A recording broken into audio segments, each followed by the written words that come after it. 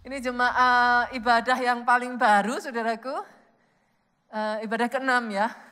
Tapi saya percaya orang-orang yang ada di tempat ini adalah orang-orang yang menyala-nyala, orang-orang yang berapi-api, orang-orang yang mau dipakai Tuhan secara luar biasa. Aminnya yang paling keras. Aminnya yang paling keras. Biar ibadah yang paling baru, saudaraku, tapi nyala apinya nggak kalah dengan ibadah yang lain. Biar ibadah yang paling baru tapi justru paling seru. Aminnya yang paling berat, saudaraku. Bukankah yang paling akhir biasanya yang paling hot, saudara? Some people say we save the best for the last. Amin.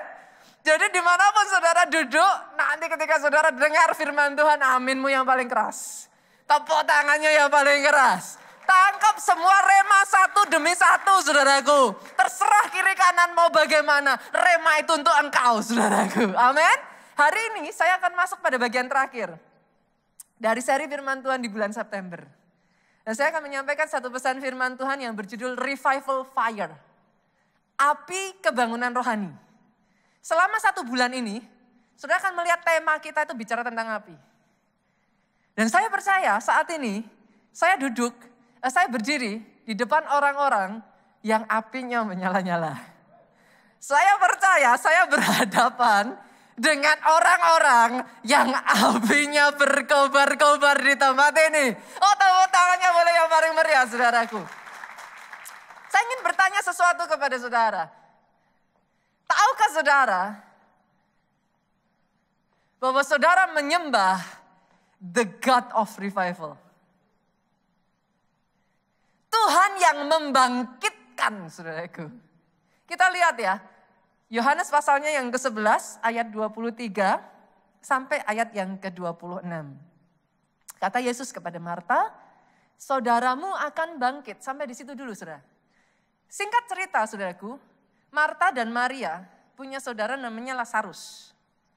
Lazarus ini sudah hampir mati, saudaraku, pada saat itu ya. Dia hampir mati dan mereka itu mengabari Yesus. Guru, saudara kami Lazarus hampir mati, cepat ke sini.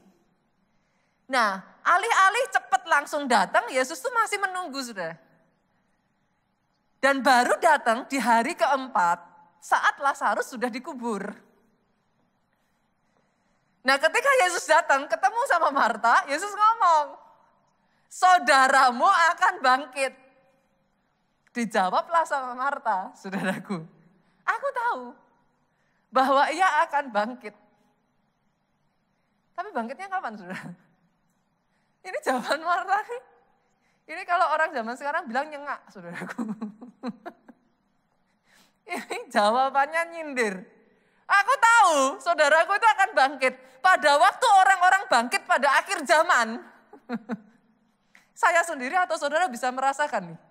Ini jawabannya menohok, saudaraku.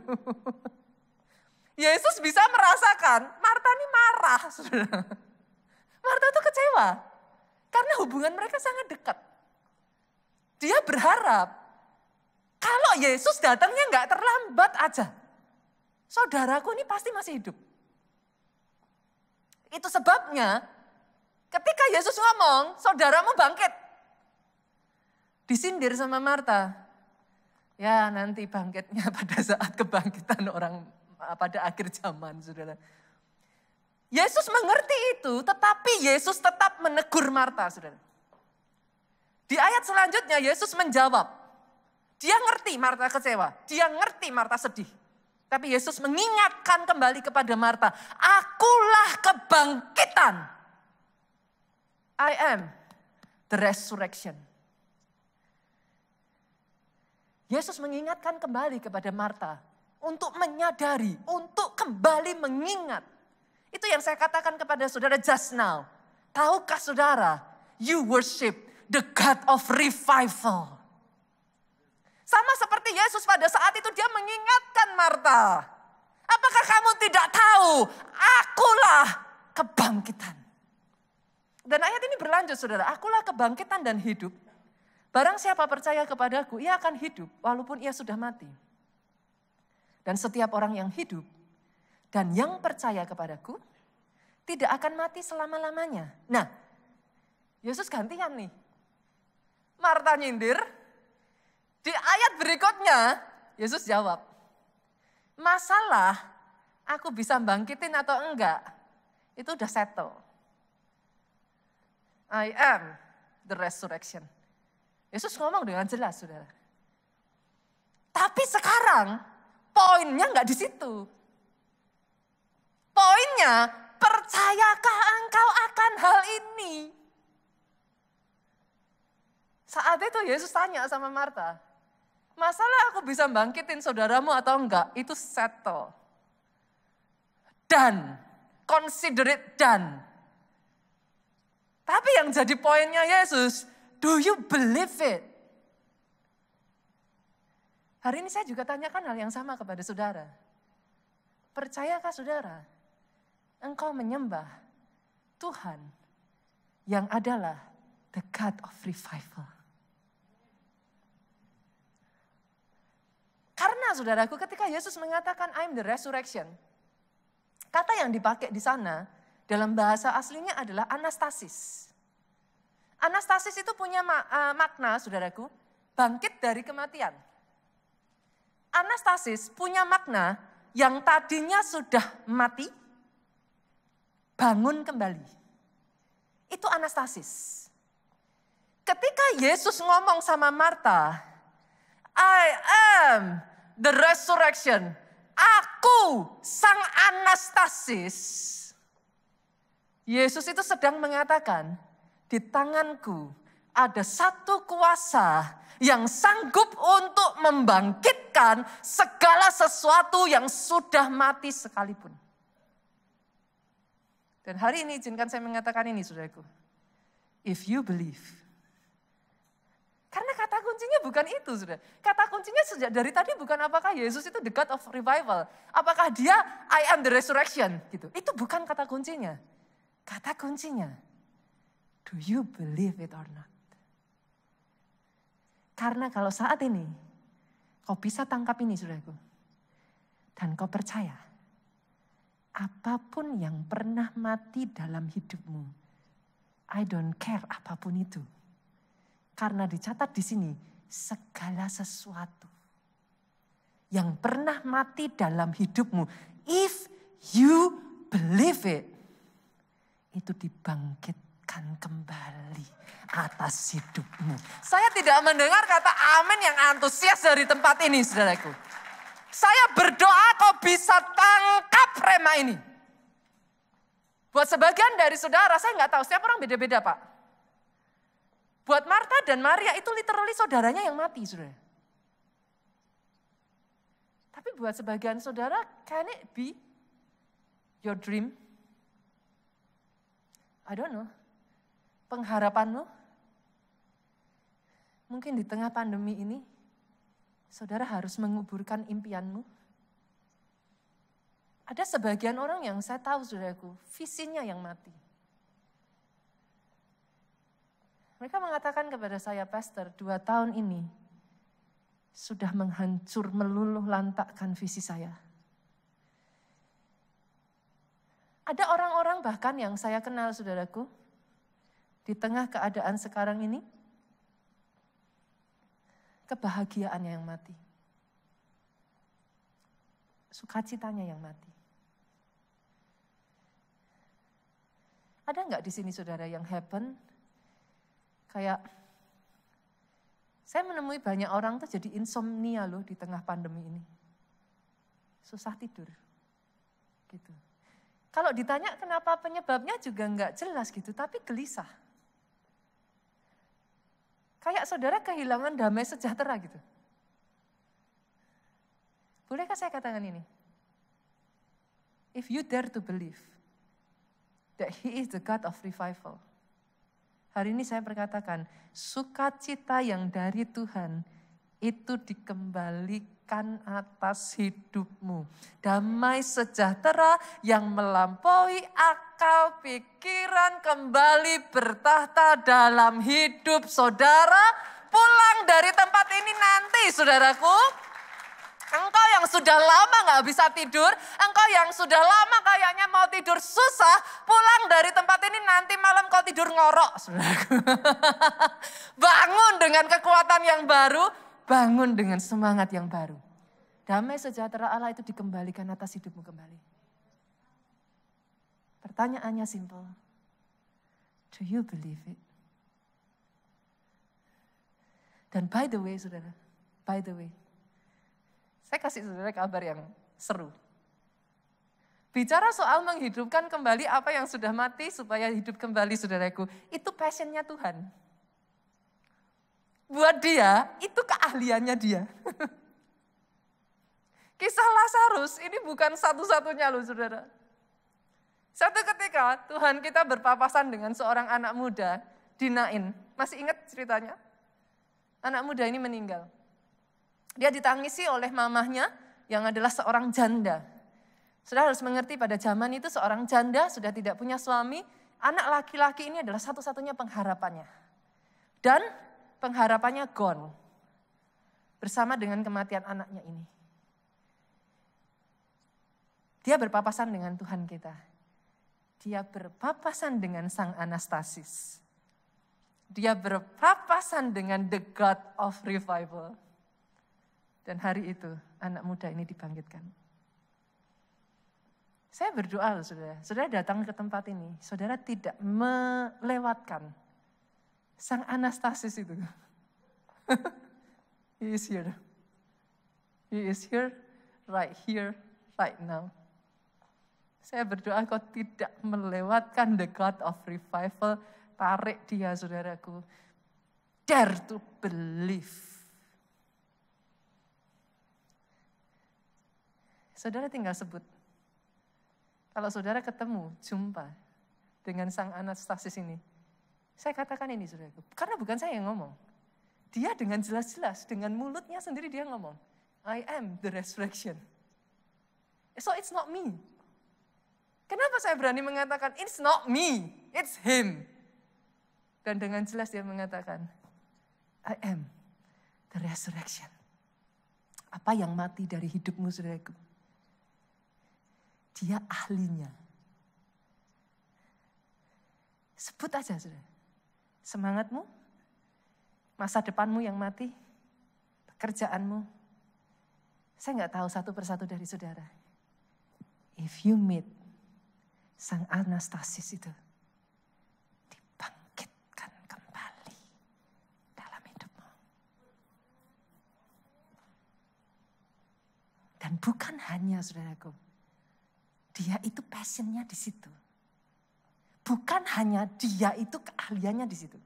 Passion, keahlian itu bicara soal kemampuan. Saya kasih kabar baik ya. Dia bukan hanya mampu, dia mau. Itu bukan hanya sekedar keahliannya dia. Bukan hanya sekedar passionnya dia. Itu hatinya dia. Saya kasih bukti ya saudara. Kita buka yuk. Yesaya pasal 57 ayat 15. Dikatakan di sini sebab beginilah firman Allah yang maha tinggi, yang maha mulia, yang bersemayam untuk selamanya, dan yang maha kudus namanya. Dari ayat yang kita baca di ayat ini, saudaraku, di awal ini, itu melambangkan Tuhan tuh as though he is very glorious. Dia itu kayak terlalu mulia, terlalu agung. Nun jauh di sana gitu. Berasa begitu gak kesannya saudaraku? Betul ya?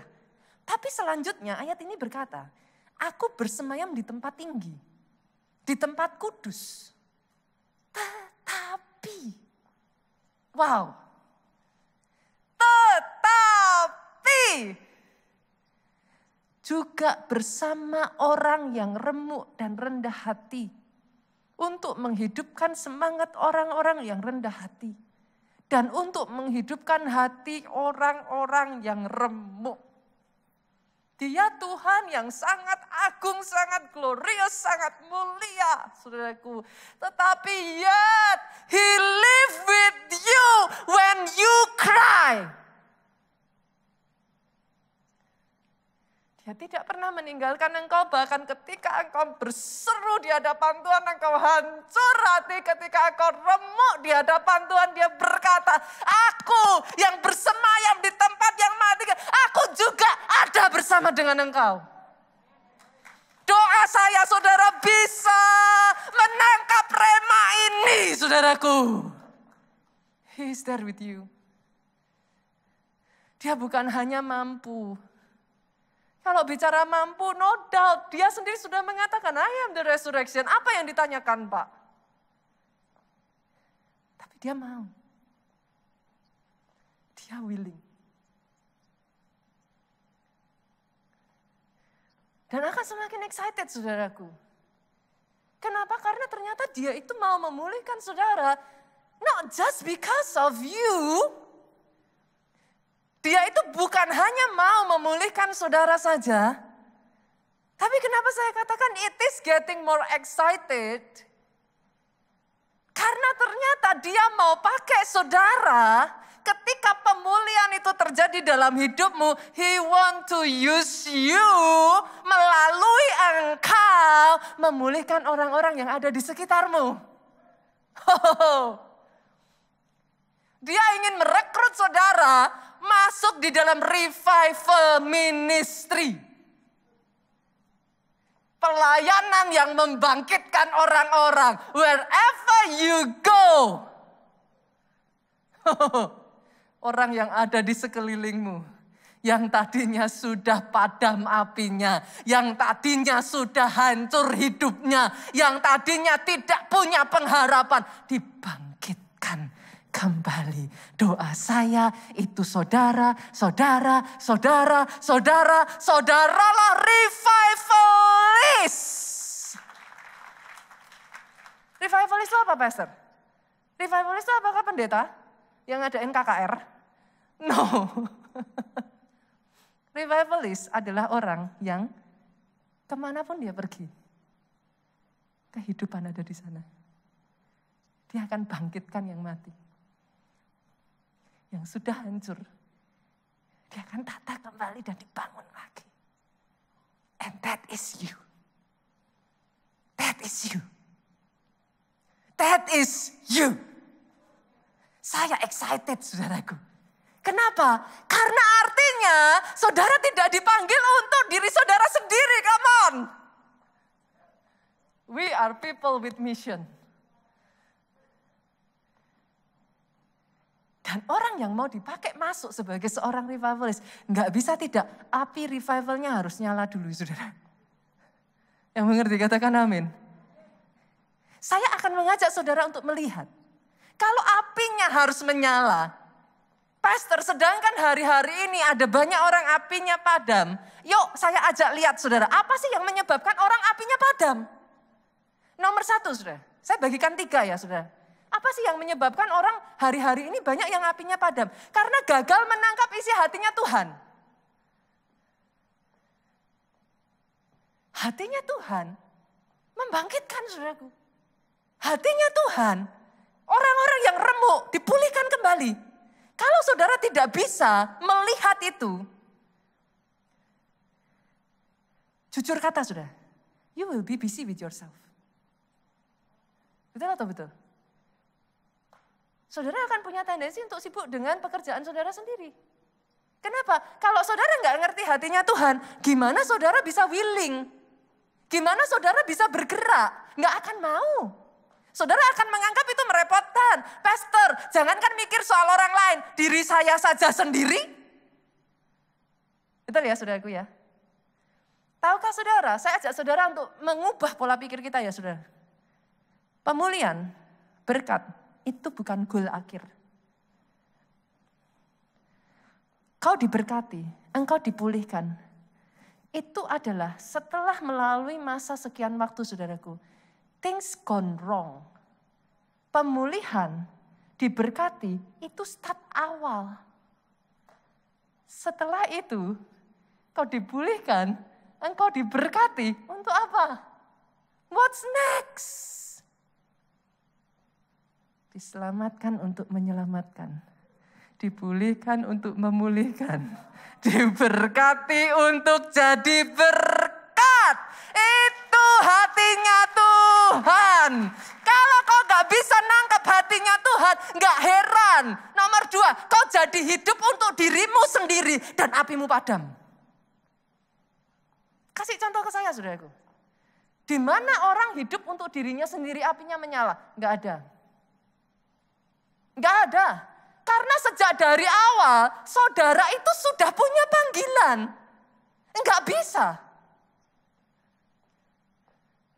Ketika kau hidup untuk dirimu sendiri, poin yang kedua, terlalu fokus pada diri sendiri. Ini kita baca, saudara. 2 Timotius 3 ayat 1-5. Ini by the way ya, saudaraku, ketika saya bagikan ini saya berdoa. Saudara bisa ngelihat bahwa semua yang sudah terjadi ini, saudaraku, yang saat ini sedang terjadi, itu sudah dinubuatkan.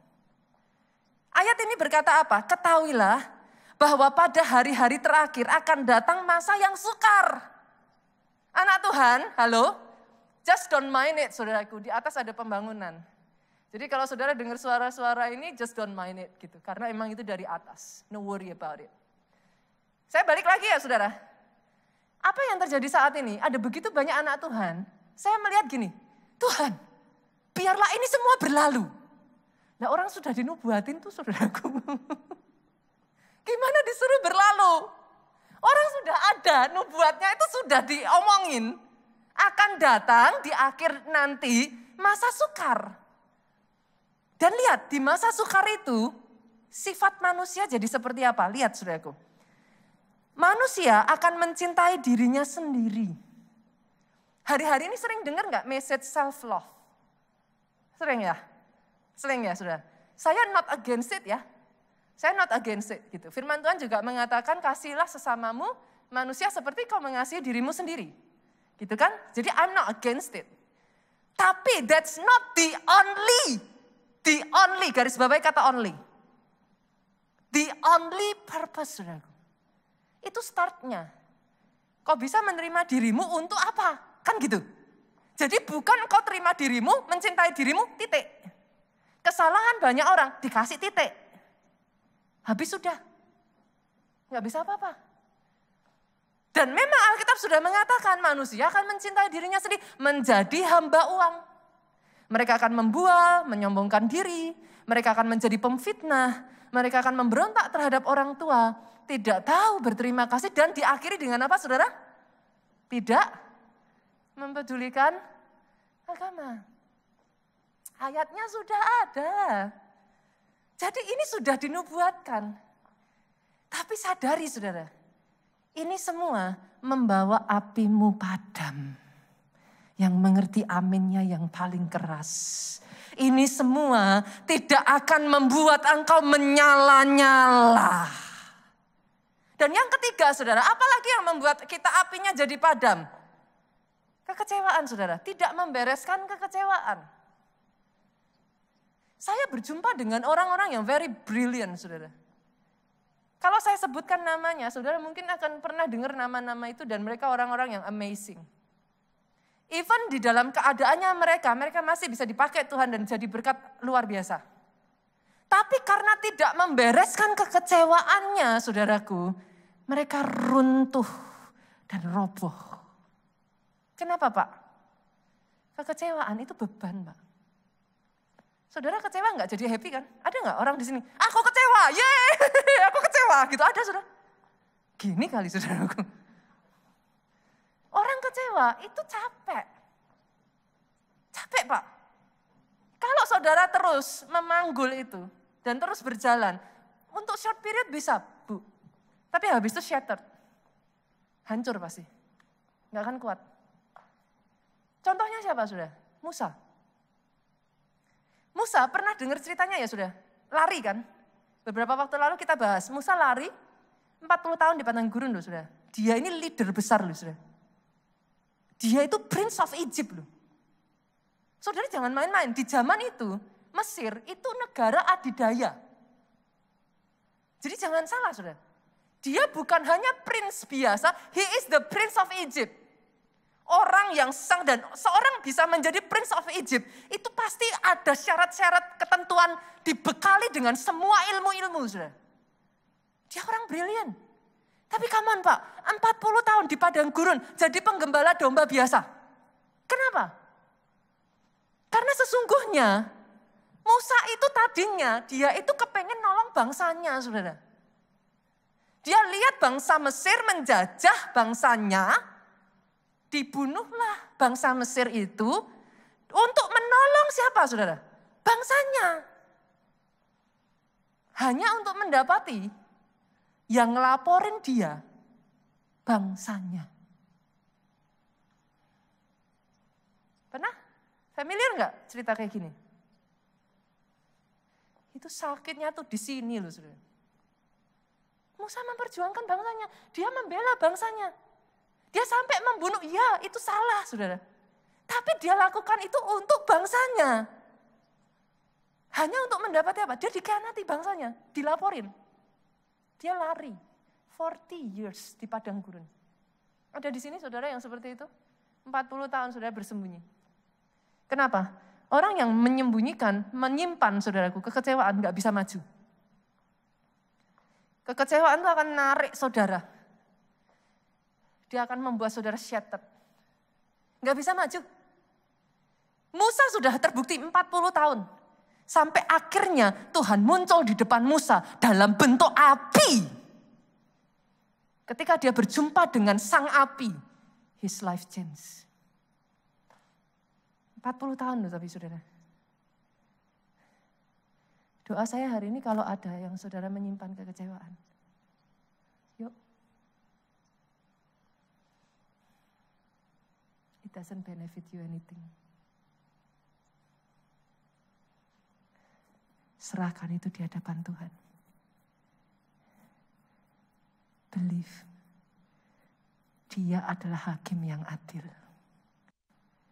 Bukankah penghakiman itu adalah hak dia yang di atas? Apa yang dicuri darimu tidak akan pernah bisa hilang. Kalau itu bagianmu, kalau itu warisanmu. Dia akan pastikan tidak ada satu orang pun yang bisa mengambilnya. Just trust him. He is the fair, the right judge. Pastor, kalau saya sekarang udah tahu nih, semuanya itu akan membuat api saya padam. Justru saya memikirkan diri saya sendiri terus, hidup hanya seputar diri saya sendiri terus, saya menyimpan kekecewaan, it will just like bikin api saya padam. Terus apa yang harus saya lakukan sekarang? Nomor 1, saudara.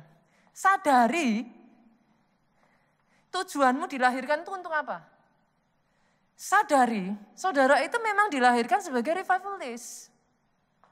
Sadar itu dulu, saudara. In case ada di sini, saudara berpikir, saya ini orang yang udah kalah, pecundang, orang yang gak punya masa depan. Ingat ini, saudara. Di dalam darahmu, itu mengalir darah revivalist. Dan mengalir darah revivalist artinya semua yang disentuh, semua yang dipegang, pasti muncul kehidupan.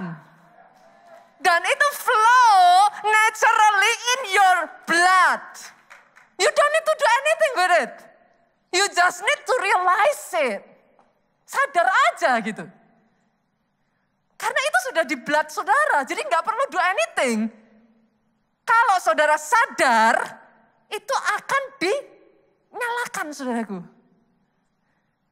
Ketika kau sadar, dia akan bergerak. Nanti saudara akan lihat, ada orang-orang di dalam hidupnya apa saja yang disentuh itu emas, saudara. That is including you. Because you are a revivalist. Nggak mungkin darah revivalist mengalir dan yang kau sentuh mati. You just need to realize it. Sadari. Pastor, kalau gitu apa yang harus saya lakukan? Dimulai dari apa? Kalau saya, oke, sekarang saya menyadari nih, berarti what should I do? Yuk kita buka Efesus pasalnya yang keempat, ayatnya yang ke-29, saya bacakan ya. Janganlah ada perkataan kotor keluar dari mulutmu, tetapi pakailah perkataan yang baik untuk membangun. Di mana perlu supaya mereka yang mendengarnya beroleh kasih karunia. Perhatikan ini baik-baik saudara. It starts with your word. Anak Tuhan, dengar saya baik-baik. Terlalu murahan, terlalu rendah, terlalu cheap. Kau gunakan the word of a revivalist untuk nyinyirin orang. Saya ulang ya. Terlalu rendahan. Terlalu cheap. Kau pakai perkataan yang keluar dari mulut seorang revivalist, which is you, untuk gosip. Untuk berkata negatif. It's so cheap. Sadari, di dalam perkataanmu melahirkan kehidupan. Use it.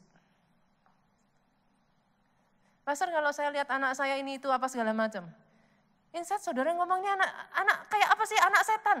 Ya kalau anaknya setan terus gimana saudara? Papa mamanya apa? Saya sungkan aja mau ngomong gitu kan saudaraku. Instead of you said that, sadari bahwa you are a revivalist. Mulai perkatakan kepada anakmu, apapun yang kau kerjakan berhasil. Engkau anak kebanggaannya Tuhan Yesus.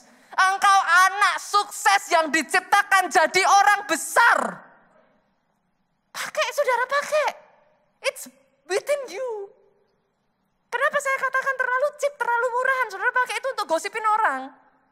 Terlalu cheap, saudara pakai itu untuk kutukin orang, untuk marah-marah ke orang, untuk itu cheap. Hargai itu. Dan by the way, tahukah saudara? Ketika dia ciptakan engkau serupa dan segambar dengan dia. Artinya, di dalam darahmu mengalir darah menciptakan saudara. Create your word. Saat ini yang kau lihat di depan mata belum sukses, create it. Start with words. Boleh saudara? Sepakat ya? Sejak hari ini, yuk come on. Di dunia sosmed, nggak ada lagi tuh cheap saudara.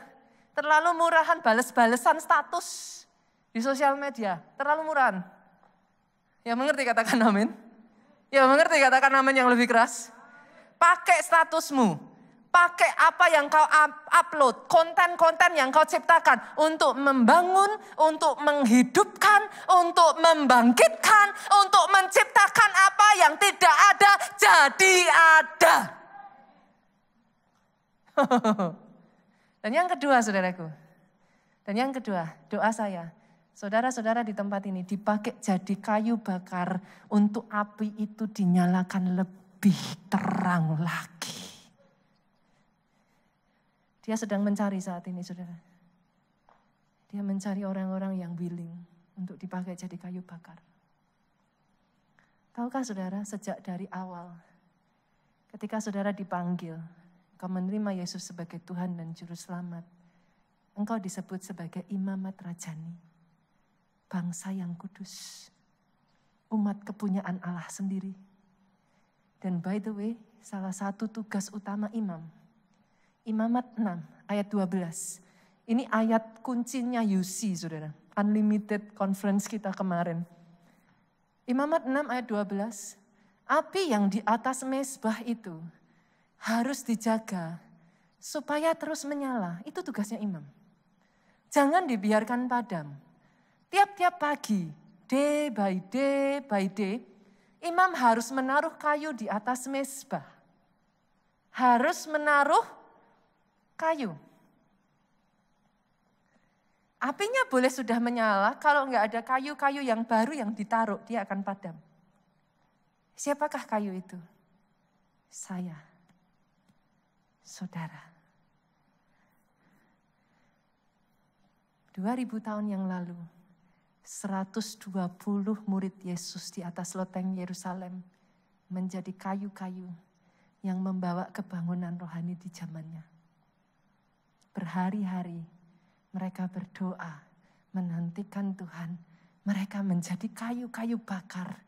Dan ketika api itu menyambar, saudaraku, Alkitab mencatat hari itu juga 3.000 jiwa diselamatkan. Ribuan tahun yang lalu, saudaraku, murid-murid Yesus meletakkan hidupnya menjadi kayu-kayu bakar. Sorry saudara, dari 12 murid, 1 bunuh diri. Yudas Iskariot. Sisa 11. Tidak ada satupun dari 11 ini yang matinya enggak martir. Pastor, Yohanes. Oke. Yohanes ini bukannya enggak mau jadi martir, saudara. Dia udah dikek enggak mati. Mereka udah apa, kalau orang bilang bohwat gitu, saudaraku. Gimana? Mereka ketakutan, saudaraku. Udah diapain enggak mati kok. Dibuanglah ke Pulau Patmos. Jadi dari 11 sisanya, 10-nya martir semua, saudara. Dan karena mereka meletakkan hidupnya sebagai kayu bakar itu, hari ini kekristenan sampai kepada saudara-saudara dan saya di tempat ini. Kita bisa memuji, menyembah Tuhan, kita bisa menikmati hadirat Tuhan, kita bisa merasakan kebebasan. Kita punya pengharapan ketika orang lain tidak punya pengharapan. Saudara pikir kenapa? Karena ada leluhur kita, saudaraku, bapak-bapak gereja di awal yang meletakkan hidupnya sebagai kayu bakar supaya api itu menyala. Saya berdoa hari-hari ini saudara bisa melihat itu. It's not enough to live for yourself. You are not called that way. Dibutuhkan api yang menyala itu, saudaraku, dibutuhkan kayu-kayu, saudara. Kemarin pada saat pandemi saya bersyukur, saudaraku. Saya itu bangga, saya salut dengan dokter-dokter di gereja keluarga Allah ini, saudara. Kita tahu kemarin bulan Juni, Juli, Agustus itu COVID tinggi-tingginya di Indonesia. Tapi instead of dokter-dokter kita ini egois, saudaraku, bersembunyi, no, mereka maju di barisan paling depan, saudara. Gereja kita mengadakan, kita bekerja sama dengan dokter-dokter, kita mengadakan, saudaraku, KA Peduli COVID. Dipimpin oleh salah satu dokter kita di kota Solo, saudaraku. Dan kenapa saya ceritakan kisah dari dokter Dwi? Saya angkat topi kepada beliau. Resikonya besar. Dia jelas-jelas tahu dia berjumpa dengan orang-orang yang terkena COVID, saudara. Dan dia hadapi itu. Dia membantu jemaat-jemaat yang ada, bahkan lintas gereja.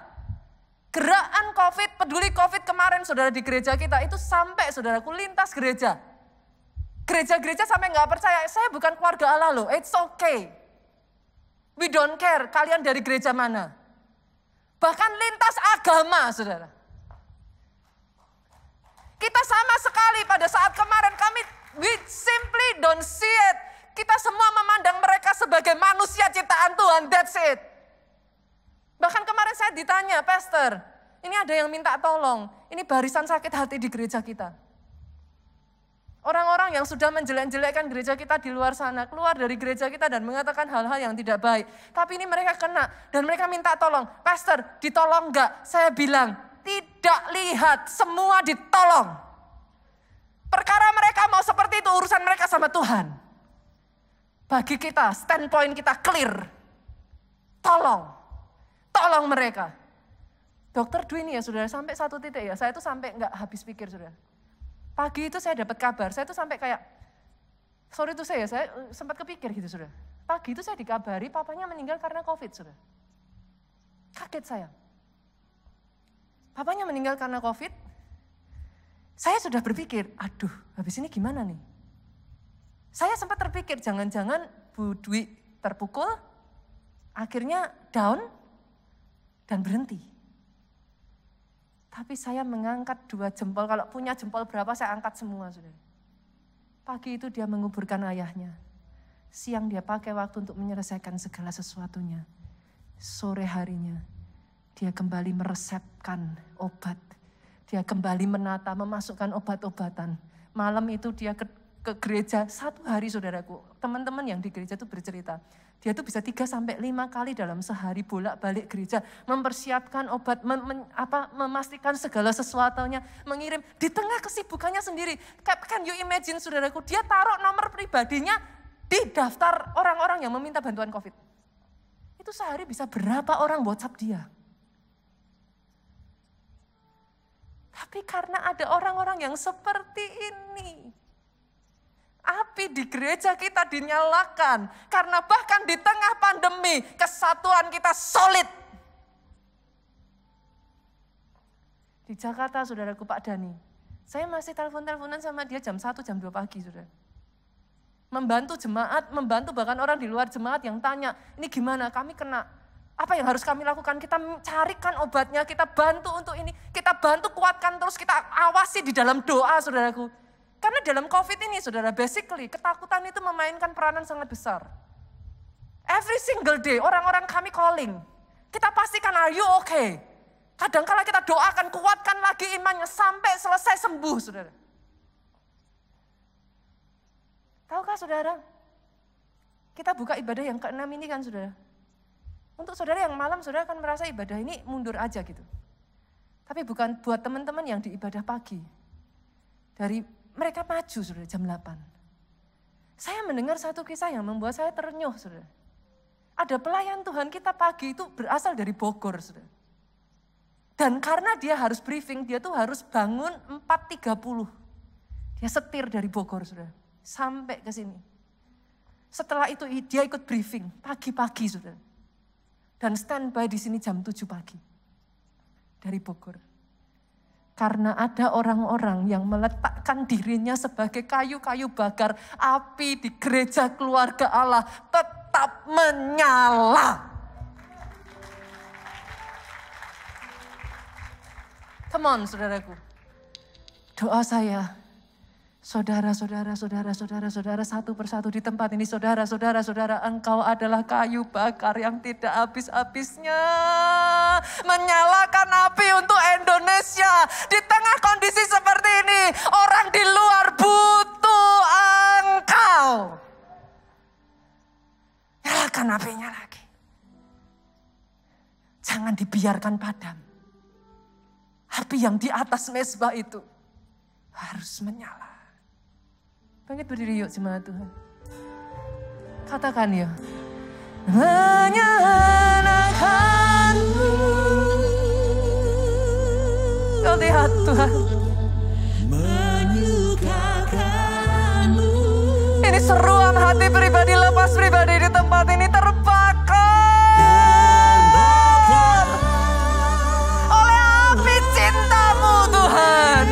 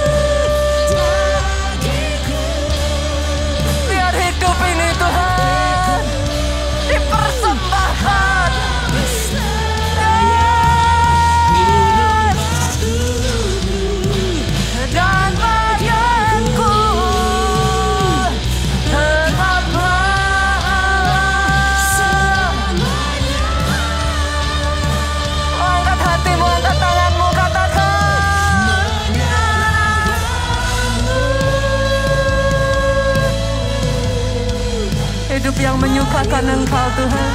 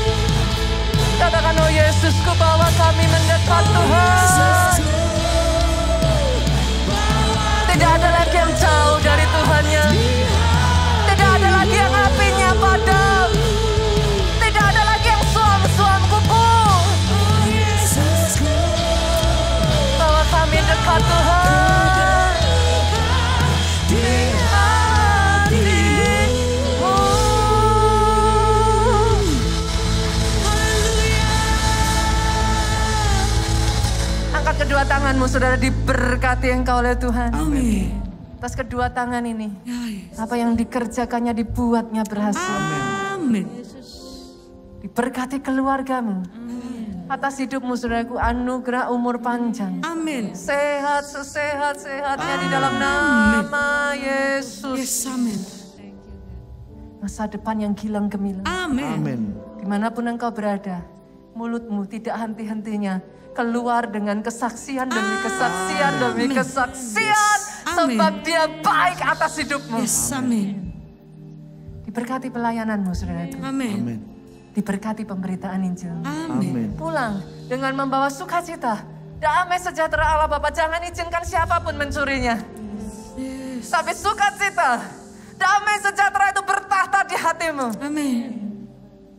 Kasih Yesus Kristus melimpah di hatimu. Haleluya. Memampukan engkau untuk mengampuni. Amin. Memampukan engkau untuk mengasihi. Amin. Dan persekutuan dengan rohnya. Roh Kudus sekarang sampai selama-lamanya. Engkau yang diberkati, katakan bersama dengan suaramu yang paling keras. Amin.